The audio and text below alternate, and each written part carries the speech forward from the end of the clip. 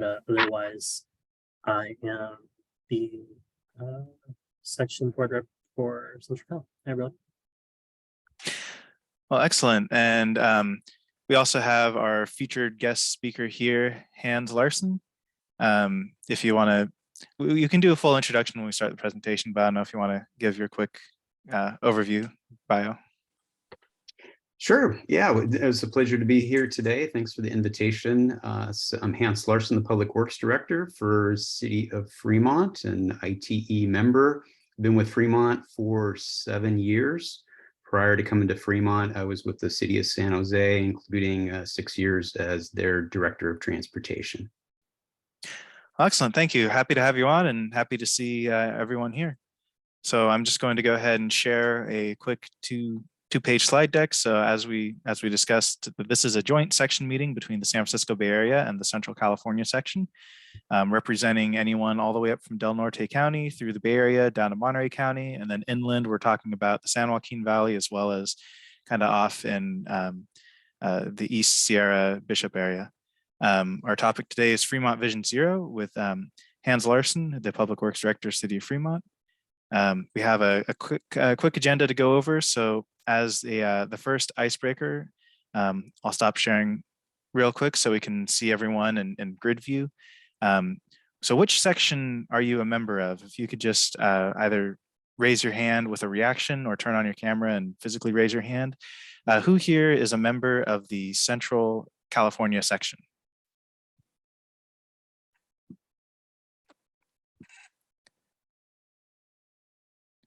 See Brian. What about the San Francisco Bay Area section? I know that's myself. Seeing some hands, seeing some activity. Is there anyone here who's not from one of these two sections? Going once, going twice. All right, so seems like we got some participation from both. I'm glad to see strong support from our Bay Area section. Back to the agenda. Announcements real quick. Anything here from Brian? Yeah, good afternoon, everyone. Almost like good morning. Yeah, again, Brian Agarda, Central California section present here. So again, not sure who all exactly is joining us from Central California today, but hello. First off, just a big thank you to SF Bay Area section for allowing us to join in on the fun today. But again, I don't have too many announcements for Central California, so I'll make it quick. Just want to point out to keep looking out for our bi-weekly newsletters and our section calendar for all upcoming news and events that we've got planned out for the rest of the year. I know the year is coming to a close, so just keep a lookout on that. And otherwise, the big one I wanted to remind everyone about is that elections are coming out for the 2023 section board.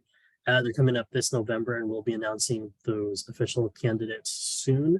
So please be on the lookout for that, and remember that to participate in the election, you must be a paid international member. So ballots will be sent out to paid members accordingly. So again, more information on candidates and ballots to come very soon.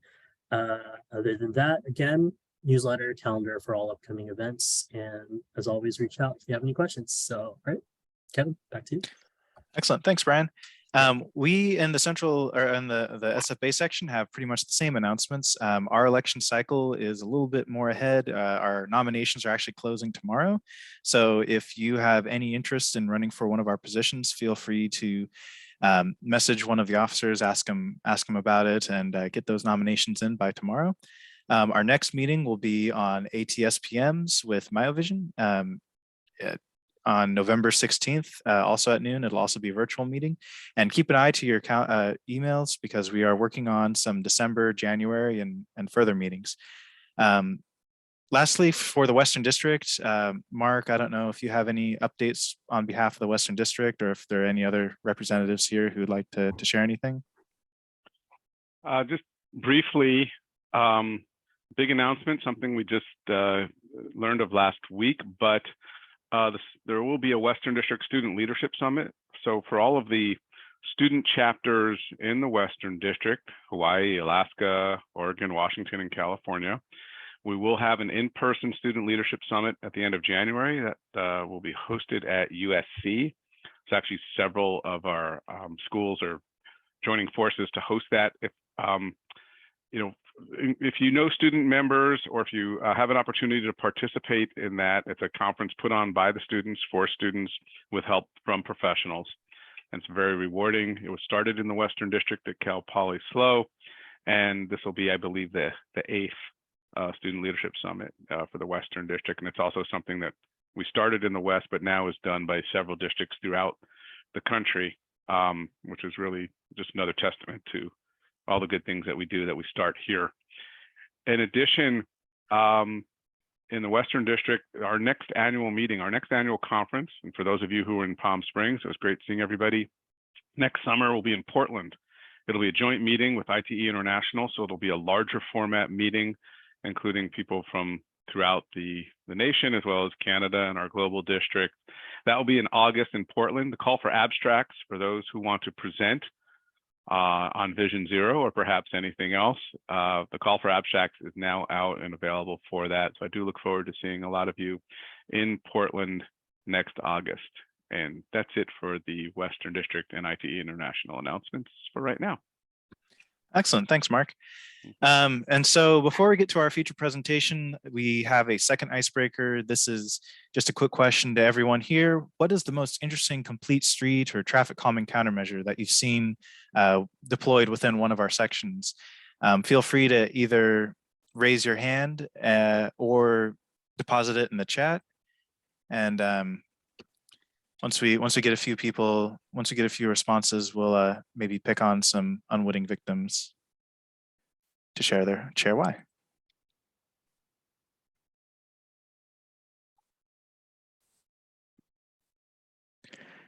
While we're waiting for those to come in, I'll go ahead and just say that one thing that I've been seeing a lot lately are protected intersections, which I find really interesting. It's a concept that I'm quite happy to see starting to take effect here in the US. I first saw a few of them in Davis, but now with Hans here, it's perfect time to mention that it seems like Fremont is starting to become quite the leader in protected intersection design, which actually I just saw you put in the chat yourself, so on a wavelength there. Well, if we have any other icebreakers to contribute, going once,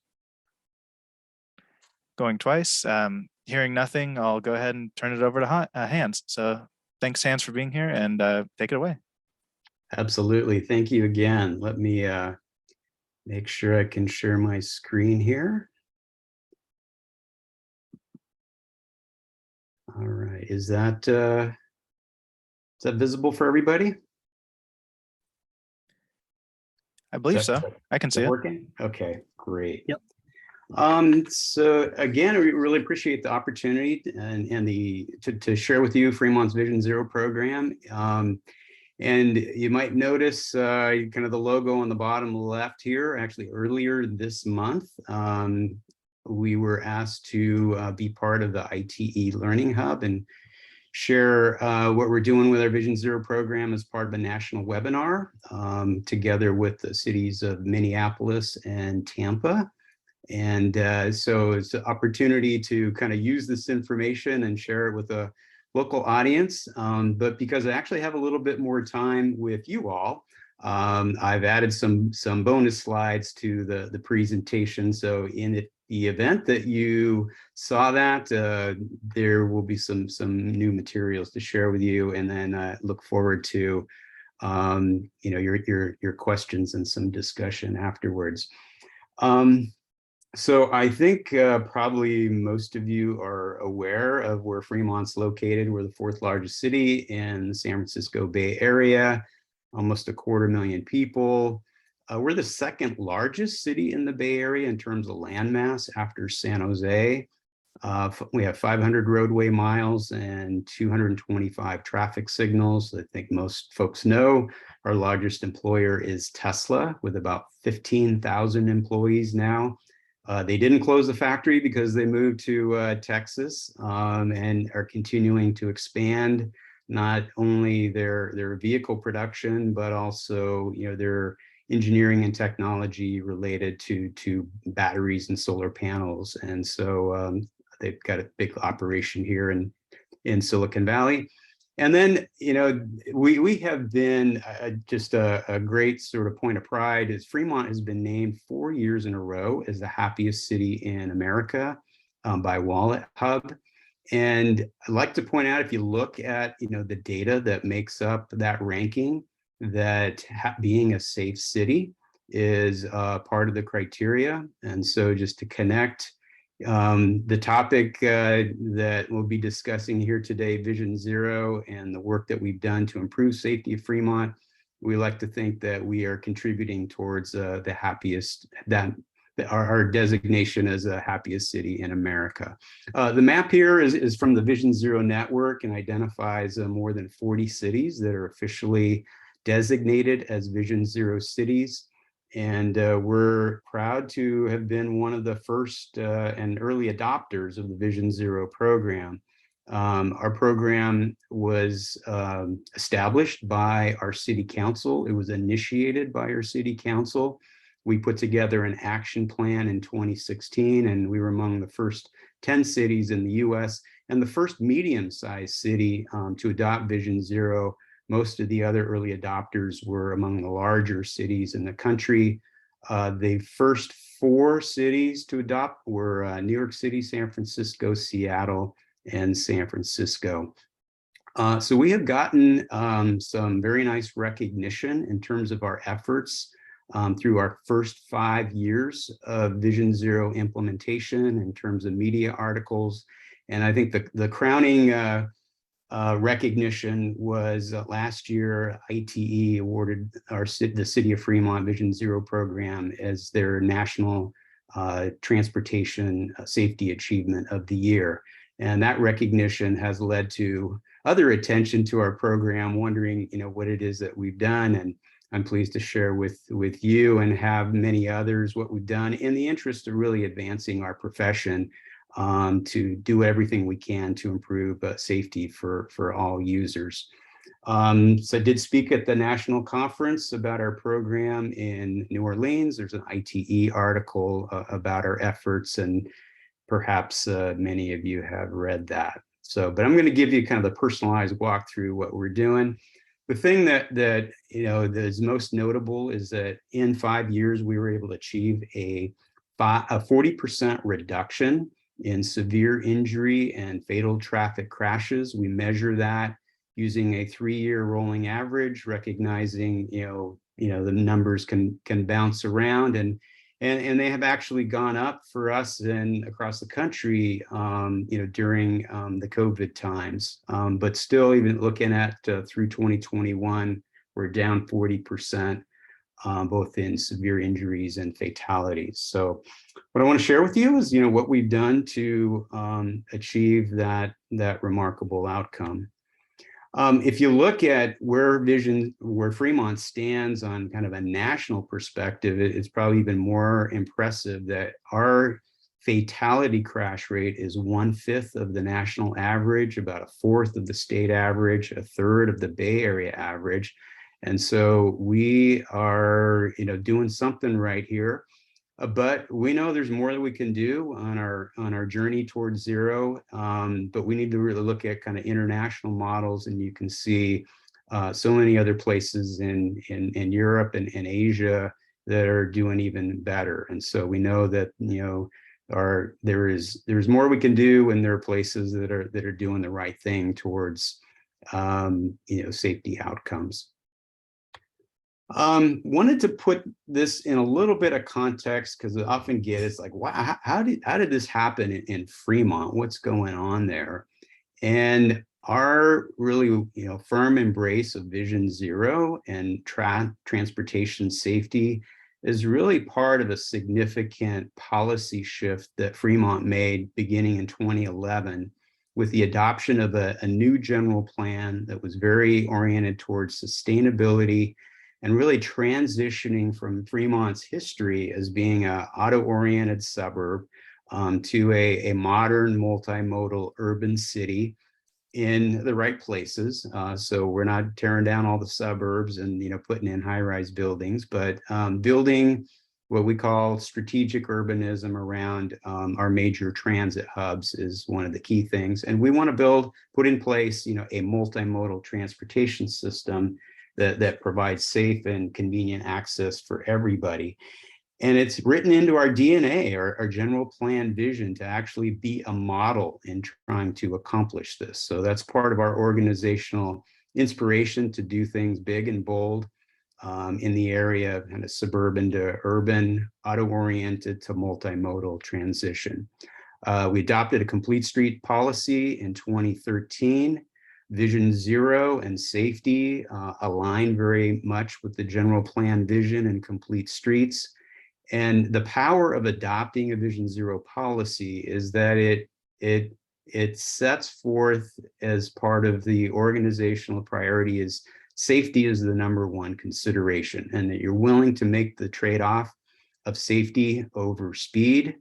And Vision Zero really recognizes that we're facing a crisis in the number of traffic fatalities that we have, and we need to act with urgency to do everything that we can to improve safety.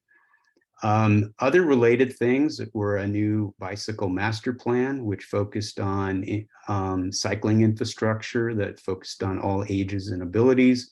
And to get people to ride, the streets need to be safe.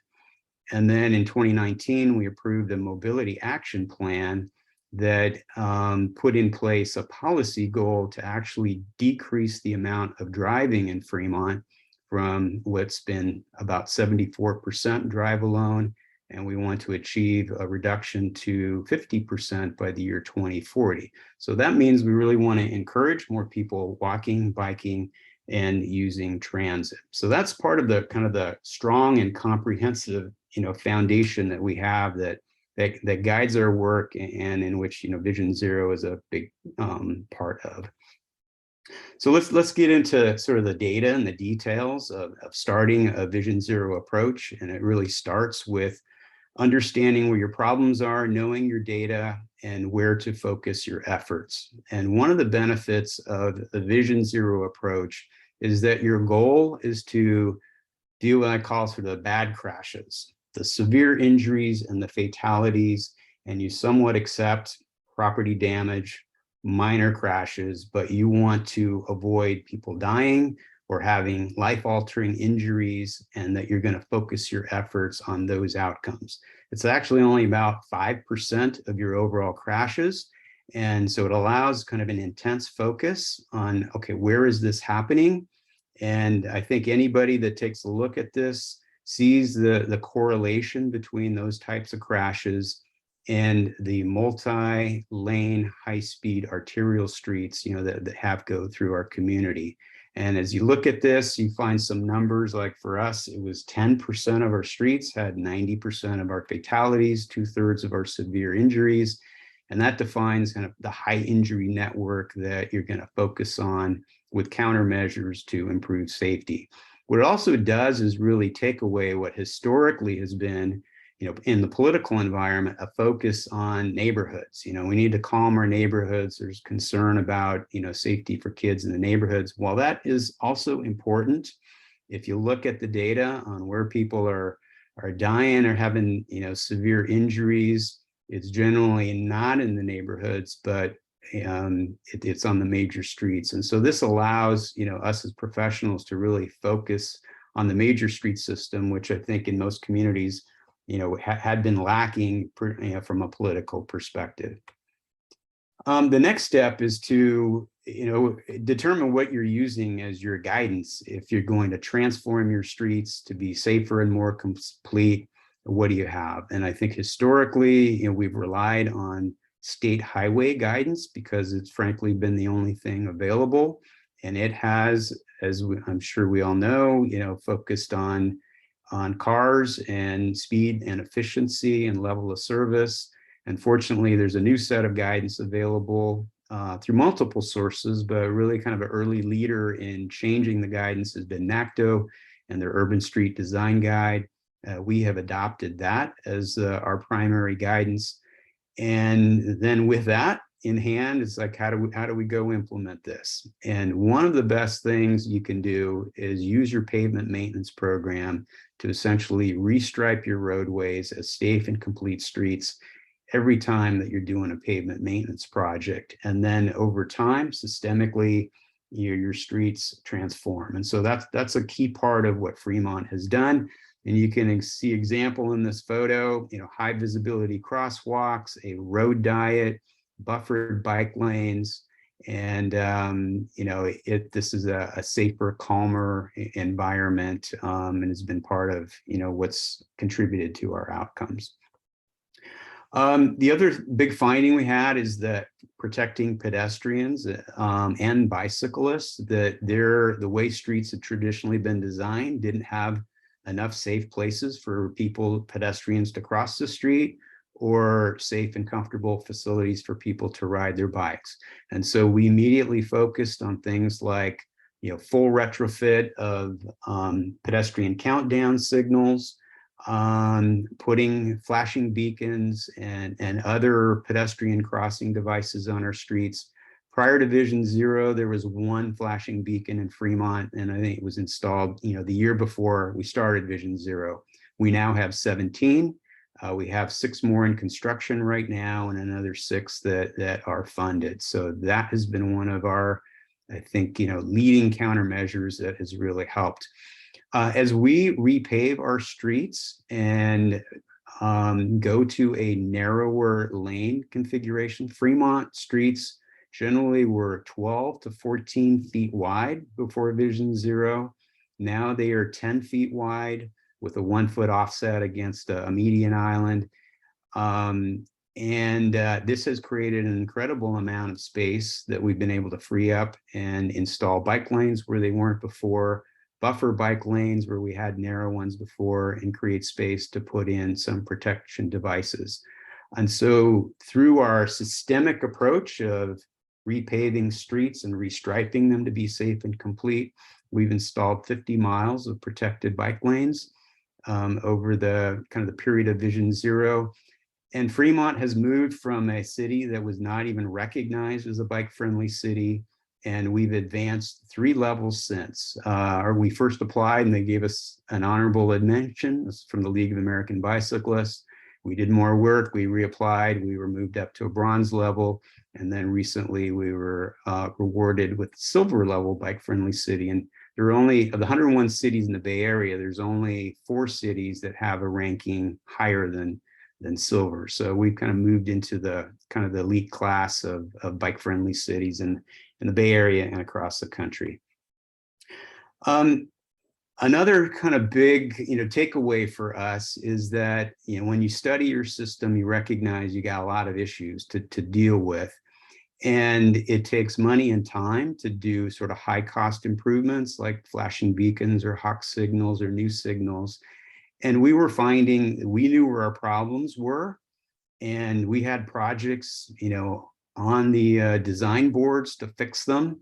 And we're still having people dying in crosswalks where the only protection was a couple of white lines on the roadway. And so we felt that it was urgent to do something sooner, faster, cheaper.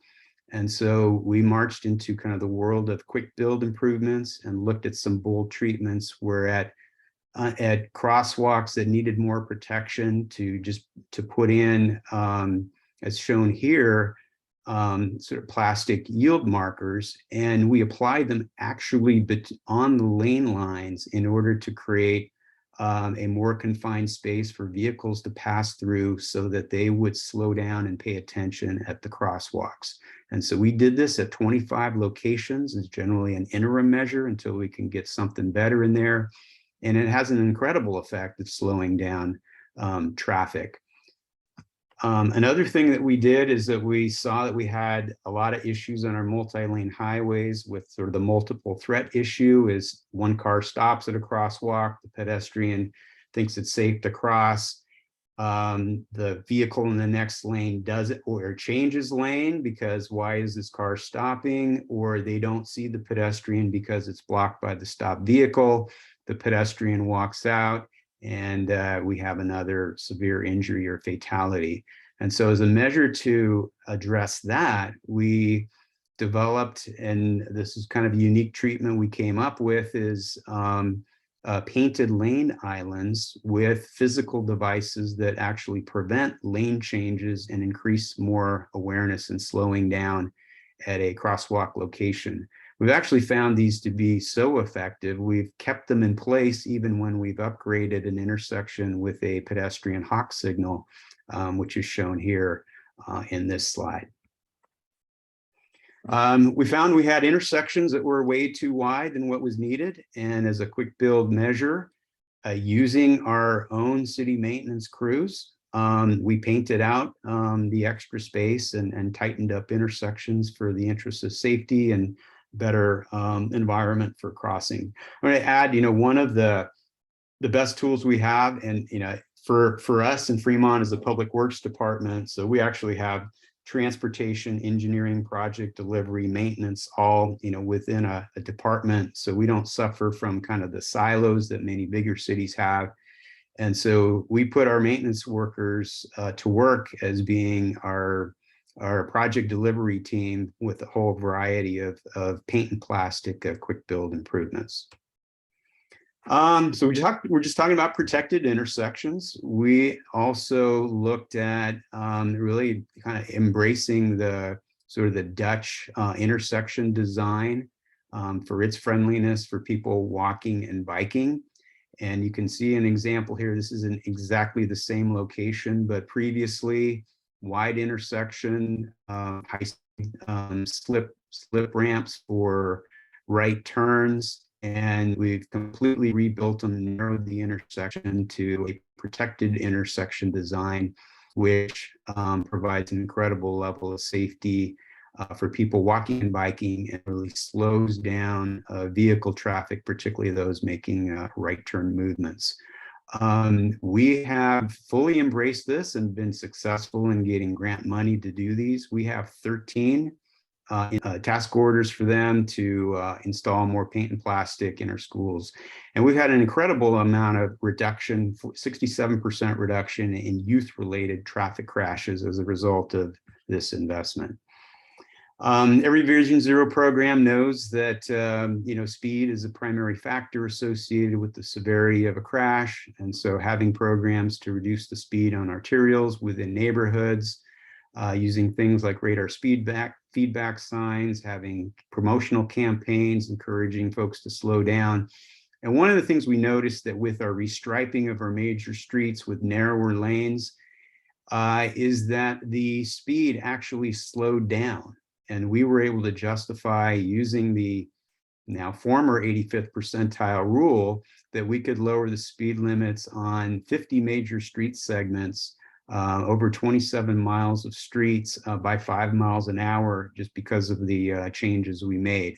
And this was typically taking streets that were 40 miles an hour and dropping them to 35 miles an hour. Lighting was an issue, and we saw in reviewing crash reports that people just couldn't see a pedestrian crossing the street at night or having other visibility issues. And so we recognized the need to relamp our streets from old yellow sodium vapor lights to new white LED lights.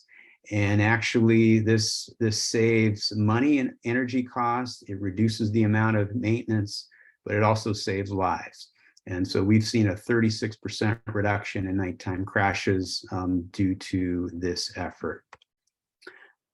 We do have a full program in Fremont. I've kind of focused on the engineering efforts, but we do have programs around education. Kaiser Permanente gave us a grant to do a street banner traffic safety program. We engage various groups in Fremont, such as our youth group, to actively be involved with putting stenciled look markers on our streets to remind folks to look when they cross.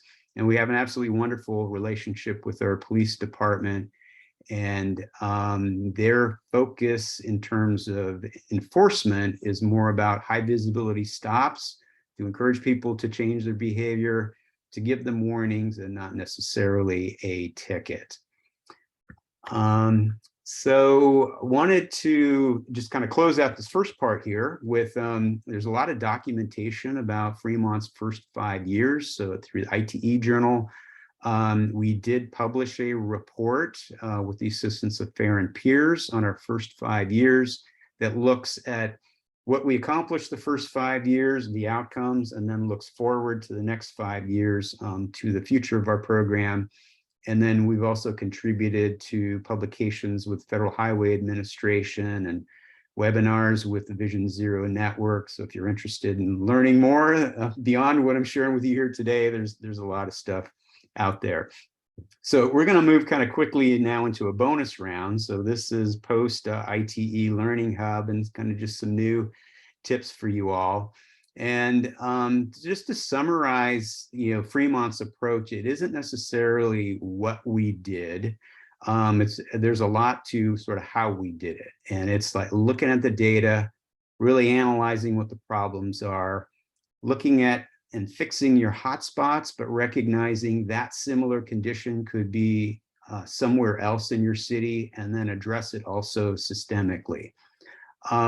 We didn't add staff or add money to our program when we started. It was all about if Vision Zero is our priority, we're going to realign our resources and our people to that outcome. And so we were able to hit the ground running and not, oh, we got to wait for a budget process or get staff added or, get a big budget. So we made it, started working with what we had. As I mentioned, pavement maintenance is your best friend. It gives you a clean slate on your street. Take advantage of it, restripe it. Act with urgency, use quick build methods, encourage partnerships. Our key partners have been our police department, our schools, and public health. And when you have success, recognize it, make sure that your political leaders continue to feel good about safety outcomes. And this is a award that we received for our, it was the Vision Zero for Youth Award that we received and celebrated with the council. I'd also like to acknowledge that the ITE awards that we've received were presented to council with participation from our international director, Mark Spencer, who also happens to be the chair of Fremont's Mobility Commission. So we're blessed to have him as part of our community as well. I get a lot of questions about, well, how'd you pay for this? And the answer is, safety doesn't need to cost a lot. You can reallocate your resources, be creative with them, and do a lot, really with no or very little new money. Changing streetlights is essentially a freebie. You recoup the cost in future operating savings. We reprogrammed projects in our capital budget that weren't oriented towards our safety outcome as a priority. And so we funded pedestrian countdown signals, speed humps, restriping of streets really comes just out of our pavement budget. And the quick build improvements are generally part of our operating fund with staff and buying different types of materials for the existing budgets that we have. We acknowledge that we're doing less of something else, but when safety is your top priority, you make those choices. We have been blessed though with being able to get grants. And while we're in the first 5 years of our Vision Zero program, the state increased its gas tax and cities received more money. Fremont gets $4 million more from the state gas tax.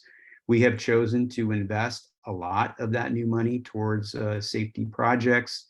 And then through that and the grants, we've been able to cover a lot of the more high ticket items with flashing beacon signals, feedback signs, and protected intersections. I might note all of the protected intersections we built have been built with grant monies or private development conditions. We've not funded one of those entirely with our money, although we have had to match some of the grants with our local money. So there's money out there, and there's even more money available now with the new federal policies. Just have a few more slides on really the kind of transitioning from Vision Zero, which is the goal, to really focusing on the safe systems approach, which we've also embraced. We have admittedly had a very heavy focus on engineering, but we recognize you can't, get to zero just by engineering alone. And so looking at the other elements of safer vehicles, speeds, post-crash care, and really behavioral issues with safer users. Our current issues in Fremont are largely sort of less engineering based, but are associated with the rise in reckless driving, the increase in homelessness around the Bay Area, which includes Fremont, and then what I call sort of freak crashes, which I'll give you a few examples of. So the other part, another way to visualize this, and this is from the Federal Highway Administration, is that sort of all 5 of these elements, or 5 slices of Swiss cheese, need to work together. And that you can, through the combination of these items, you can work to, the redundancy creates layers of protection. And failure happens is that when all the layers are lined up and something gets through. So you want to, use all pieces of cheese you have and try to get the holes as small as possible in order to get to zero. So I think it's kind of a nice model to think about. One of the things, we've had an increase in crashes the last 2 years, and we've been wanting to figure out why that is happening and what the key aspects are. We do have some critics in our community that point to this as, oh, the program's failing, you're going backwards now. And we've been able to determine that crashes in the past that had solutions that were correctable by street design or an engineering measure have gone down significantly. But what's happening is other factors such as reckless behavior and homeless pedestrians have led to the increases that we've seen. And when we realized, we had a homeless problem, and credit our police chief came up with this idea, is like, well, let's get something out there to our homeless community so that they're more visible at night. And so we had a program to distribute safety kits with safety vests, reflective backpacks, solar powered flashlights, a list of safety tips to our homeless community, as part of, acting with urgency and doing whatever you can to try to improve safety outcomes. This is the 9 fatalities we had in 2021. There's a lot of text here, but I just want to highlight, of the 9, 3 are associated with really crazy speeding, 70, 80 miles an hour on local streets that are 30, 40 miles an hour. A third associated with that, a third are homeless pedestrians, many of them, impaired as they're walking in streets late at night. And then, one of our crazy crashes, freak crash, is number 8 here, where we had a 15-year-old male bicyclist during an evening 4th of July, illegal 4th of fireworks display, riding on a wheelie, no helmet, veers in front of a vehicle that's speeding with no headlights. And these are some of the, you kind of throw your hands up, it's like, well, what do you do about these? And so you do get these, and if you look at sort of all 5 layers of cheese, there's things that you can do in terms of education or neighborhood traffic calming or other things like that. And so the effort isn't to blame, it's just to really study things and figure it out. But we, as many other places, have big issues with reckless speeding and homeless pedestrians. So these are key areas of focus going forward. In the past few years, we've had 7 homeless pedestrian fatalities, and so part of our Vision Zero program is we need more shelters and safe parking places and more housing. And so we're talking about what we can do and how these tie together. One of the best things we can get, and this is our #1 priority for our Vision Zero program, is to manage excessive speeding with automated speed enforcement.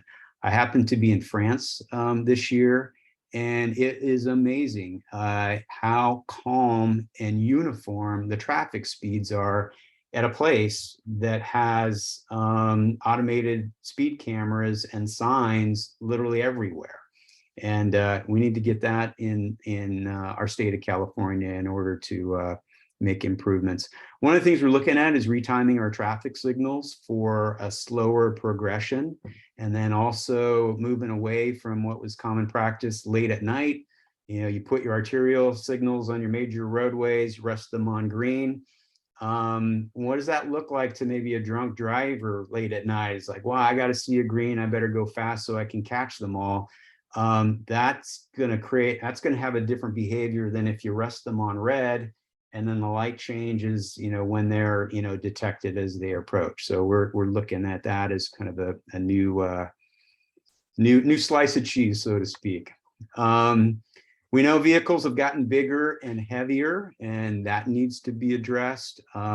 Safer vehicles with automated driver assist systems like pedestrian detection, automatic emergency braking is part of the safer vehicle solution. And then a couple of, you know, two other sort of freak crashes we've had. We had a fatality associated with somebody trying to avoid a squirrel. And squirrels crossing the road, they veered away from it, caused the car next to them to lose control, run into a tree. That person lost their life. We had an incident where somebody was driving jet lagged. They had come in from a flight from India in the morning, and that afternoon took their granddaughter to, I think, a dance lesson. And the driver fell asleep while he was driving and hit a pedestrian on one of our streets due to falling asleep. The other element is post-crash care. How can you work with your fire department to be able to move through your street more efficiently?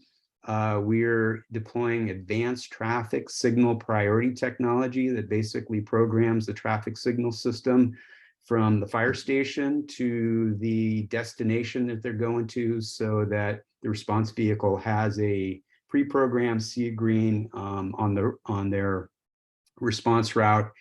And then one unique issue in Fremont is that the nearest trauma center, depending on where the crash occurs in Fremont, if it's North Fremont, they go to Castro Valley. If it's South Fremont, they go into East San Jose.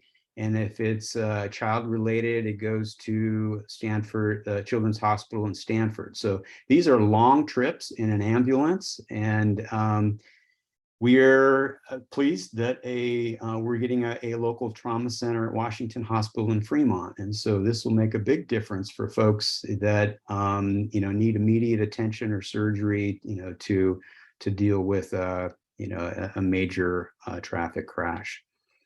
So this is my last slide here, just to kind of recap some of the things that are available. And thank you so much for the opportunity to share this information. We think it's really important to the profession, and look forward to discussion and any questions you all have. Great. Thank you, Hans. That's a wonderful presentation. I especially love all of the before and after pictures. If anyone has questions, please feel free to put them in the chat, and we'll kind of go through them in the order in which they were received.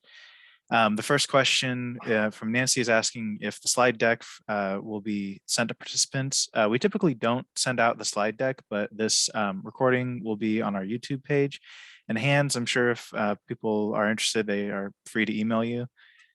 I would be happy to share with anyone who would find it useful. I think on the slide, it has my email address on there. So feel free to email Hans if you'd like the slide deck or have any questions we don't cover here today. The next question we have from Mark Spencer is asking, can you speak to the public response to Vision Zero and how staff or council deal with it and maintain focus on the overarching goal of safety? There's chatter on Nextdoor about removal of pork chops, narrow lanes, too much money spent on green paint for bike lanes that are empty, and just an overall lack of understanding and empathy. Yeah, when you're doing rapid change to your street, you can expect that there's going to be some degree of backlash, and we do have that in Fremont. Fortunately, through just regular communication of our policy outcomes and the success that we're having with our program, we've been able to maintain really solid political support for the direction that we have, and we accept we're not going to make everybody happy, and there are folks that don't agree, but you know, we're going to continue to march forward because it's the right thing to do, and you know, we've got the support of our political leaders. So yeah, as a tip, I think, you know, it's important to nurture that. That is really important. You know, you can have you know, you counsel, you know, second guess or, you know, start opposing the direction, and, you know, then you don't have a program anymore. So it's gold to have support. You know, our initial plan was adopted unanimously by council, our 5-year update and new 5-year plan adopted unanimously by council. And so, you know, we accept the criticism, but, you know, continue moving on, because that's our policy direction, and professionally, we know it's the right thing to do. Excellent. Matthew Ju asks, great presentation. My question similar to Mark's. While traffic professionals appreciate what you're doing, members of the public may not fully understand why the changes, such as tighter corner radii, are effective and helpful. What are your ways to get the word out, quote, to the broader public that there is a benefit and purpose behind the changes? Yeah, I mean, so that's, we do have, I mean, there's kind of over time, we've gotten messages out to the public. We actually produced, so Fremont does a quarterly newsletter that is sent to every resident. And so we had a 4-page kind of insert in a newsletter, you know, several years ago that explained that the new treatments that people weren't familiar with, and just reinforce our programs. We have since gone to a weekly e-newsletter that's sent out to anybody who you know, wants to subscribe to it. And so we also use that effectively to explain what we're doing and get the message out there. I think kind of the experience I've seen with other communities that have gone through change, and it's really more of a auto-oriented to multimodal, is that there is, you know, a strong reaction to the change, but over time, people get used to it, or if they really don't like it, they move somewhere else. Folks actually come to communities that are doing these things, and so there's a, you kind of need to accept that the change process, you know, takes some time for a community to work through. And so through, you know, regular communication is sort of the best way to address that. Frank Markowitz asks, thanks for the great presentation, Hans. How much were transportation staff involved in the street lighting project initiation and design? Were there changes besides just the LED conversion? Yeah, we have. So this program actually started, the LED streetlight conversion was initially started before we did our Vision Zero program and really realized, you know, how much of a safety issue there was. So it was being driven as an environmental sustainability effort. But when we, you know, when we connected it to Vision Zero, it really, you know, elevated the kind of the organization's attention towards it as something important.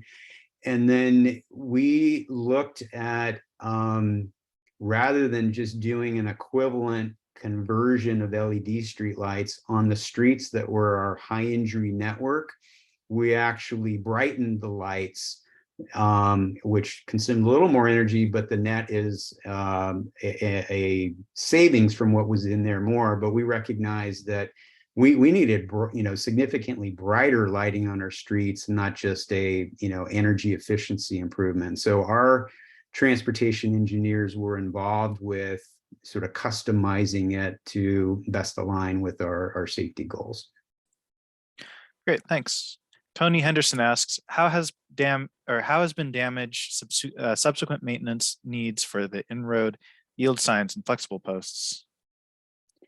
Yeah, I mean, clearly there is a maintenance impact for putting a lot of paint and plastic out in your streets. The posts do get hit. And what, you know, a lot of this work was done initially by our maintenance crews, but they really didn't have capacity to, you know, maintain them, replace them, you know, on a regular basis. And so in general, we've gone to contractual maintenance of repair of kind of the posts that we have.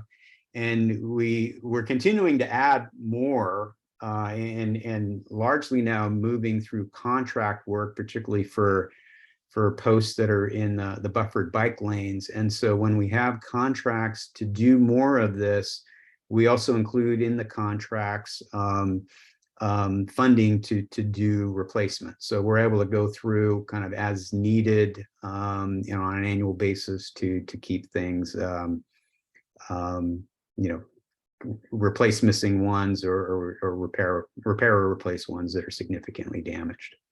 But it's one of the trade-offs. If safety is your top priority, you prioritize your maintenance resources to be able to take care of that.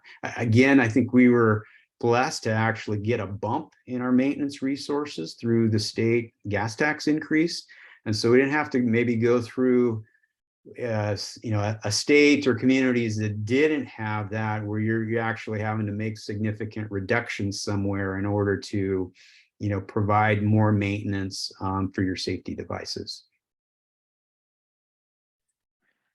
Great, thanks. Lisa Wallace-Dutra asks, do any of the protected intersections in Fremont include a Class 1 bike path coming into the intersection as well? Yeah, so all the places where we have the protected intersection, if you haven't had a chance to see it, invite you to come see the Walnut Bikeway corridor in Fremont. It's a 1.5 mile corridor of raised cycle track, and 4 of the protected intersections are along that corridor. So the protected intersection works really well as part of a network of separated raised cycle tracks, which is a design standard we're trying to implement at kind of key locations.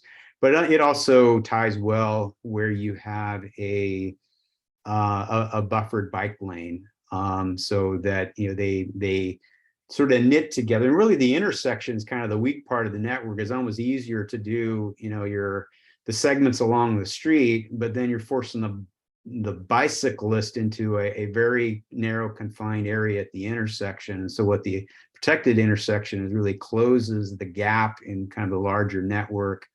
So it's seamless to move through there. So we do have a network of separated bikeways with protected intersections envisioned.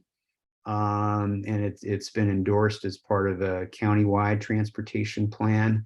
And so we have a lot of pieces in there where we can get grants and have more connections to make, so that it is a complete and comprehensive network like you might see in Amsterdam or Copenhagen.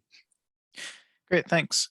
Before I get to the next question, I just want to recognize that we're getting pretty close to the top of the hour. We can go a little bit over to answer these questions, but if you have to jump off and your question was not answered, please feel free to send an email either to Hans directly, or if you send it our way, we can forward it along.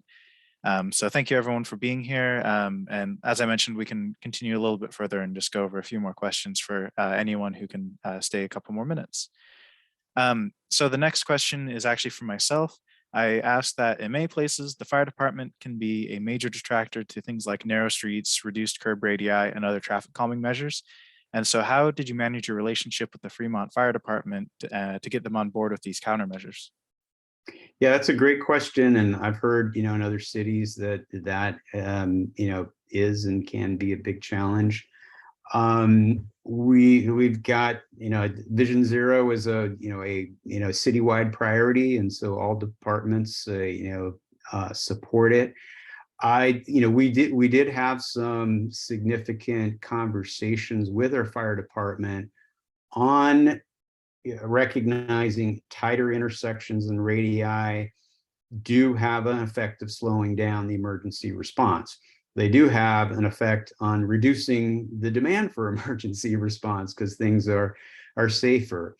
And through our discussions, we were looking for, how can we find a win-win in maintaining or improving emergency response times and then transforming our streets, with narrower lanes and intersections. And what we came up with is that we committed that, and actually in corridors where we're doing protected intersections that are part of fire response route, when we rebuild these intersection signals, we are putting in new technology that will enhance their emergency response. And so we've linked together, this green wave of fire response technology with the implementation of our safe and complete streets. So the net effect is that we're getting, more tighter intersections that are more bike friendly, and the fire department is actually getting faster response times because of the technology investments that we're making. And so,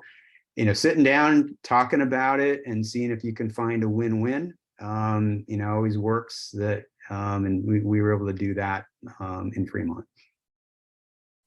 Great, thanks. Rachel Hay asks, great work. Approximately how much was it to convert a traditional intersection to a protected intersection? Thanks. These are running about $1 million a location. And let me just sort of jump back to the earlier question about the fire department. The other thing that we do is, we try to get the intersections as tight as possible, and it's really the fire vehicle is our critical design vehicle. And so we actually lay out the intersection and then do a test with the fire equipment to determine that they can actually maneuver in the new space. So that's part of the partnership where we prove that it's going to work before we start laying the concrete. Great.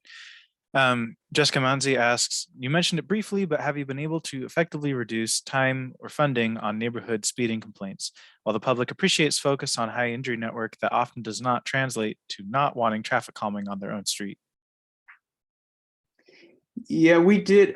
Prior to Vision Zero, Fremont had a pretty robust neighborhood traffic calming program. So we had already 200 speed hump locations as part of traffic calming program. We did augment it and add another 50 to provide some balance between focus on the arterials, but we wanted to kind of eliminate a backlog of neighborhood traffic calming concerns that we had really at the same time. Generally, we get very few cases where somebody doesn't want the traffic calming treatment. Robert Thompson asks, type of collision reporting analysis software used, such as Crossroads? Yeah, let's see. So I think we use Crossroads. I think probably a point I want to make is that we get really direct access to crash information from our police department, really almost real time, that myself and our transportation group knows when a severe injury or fatal crash occurs. And we're already working and sort of understanding what happened and, thinking, what we can do as a response, if there's anything immediately that we can do.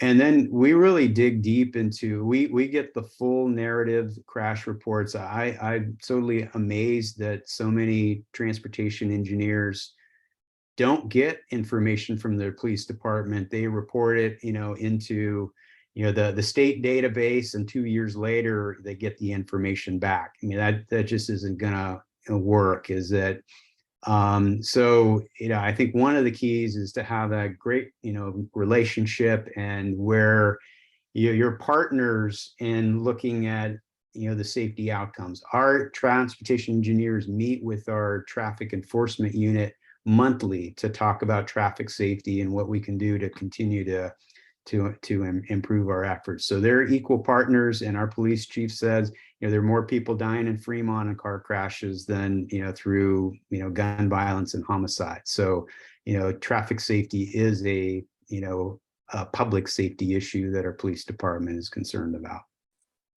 Great, thanks. Matthew Gio asks, does the city of Fremont use lowered school speed limits such as 15 or 20 miles per hour? We haven't. We do, we have 25 miles an hour in our neighborhoods. We have done sort of advisory through kind of public safety campaigns, a 20 is plenty program. it's something we may consider. There's kind of a movement to go to 20 miles an hour or 15 in the school zones. Frankly, the data, does it for us, doesn't really support a problem being there where we need to do that. And I think our efforts with neighborhood traffic calming, paint and plastic tightening of intersections, high visibility crosswalks, I think we're fairly liberal in our application of stop signs. And so our data isn't telling us that we need to do more in our neighborhoods where we would need to look at the lower speed limits. Great, thanks. Robert Thompson asks, impact on air quality with road diets. Not an issue there. I think we've a lot of roads in Fremont were wider than they need to be. And so we've taken away, excess lane space that's not needed. Great. Jessica Wu asks, any accident or dispute happened due to the newly added vertical delineators along the road? We had one instance where we got a claim from somebody that hit one of our yield markers, and it had been placed maybe, kind of not fully considering the turning movements in the area. So, we paid out, a small claim for that, adjusted the marker, and that has been the only thing that has come up in terms of anything negative to the program. It has been so amazing on how it really just changes the speed and the character of the street and the safety of crossings, and you can do it immediate at low cost. It's, I think, been one of the best things we've done, to really drive down the numbers, particularly in the first couple of years of our program. Great.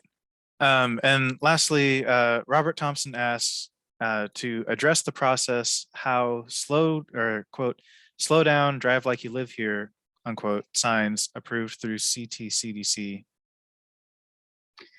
We didn't go through any process. We basically borrowed the sign campaign from Seattle Department of Transportation. We said, hey, can we use your sign graphics and put our logo in place of yours?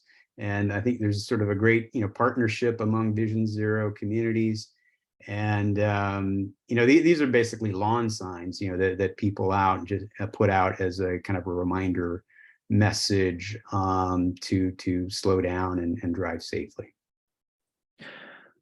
Well, great. Thanks for all of your responses to all these questions. That's a pretty good roster of questions, but it looks like we got through them all. So I believe that brings us to a conclusion here. So thank you everyone for coming here. Thank you Central California for joining us. Good to see you again, Brian. And big thank you to Hans Larsen for an excellent presentation. I know for certain I'll be looking through this recording and these slides for some good information on Vision Zero and how to build a better, safer roadway network. So with that, we conclude our meeting. Thank you, everyone. Take care.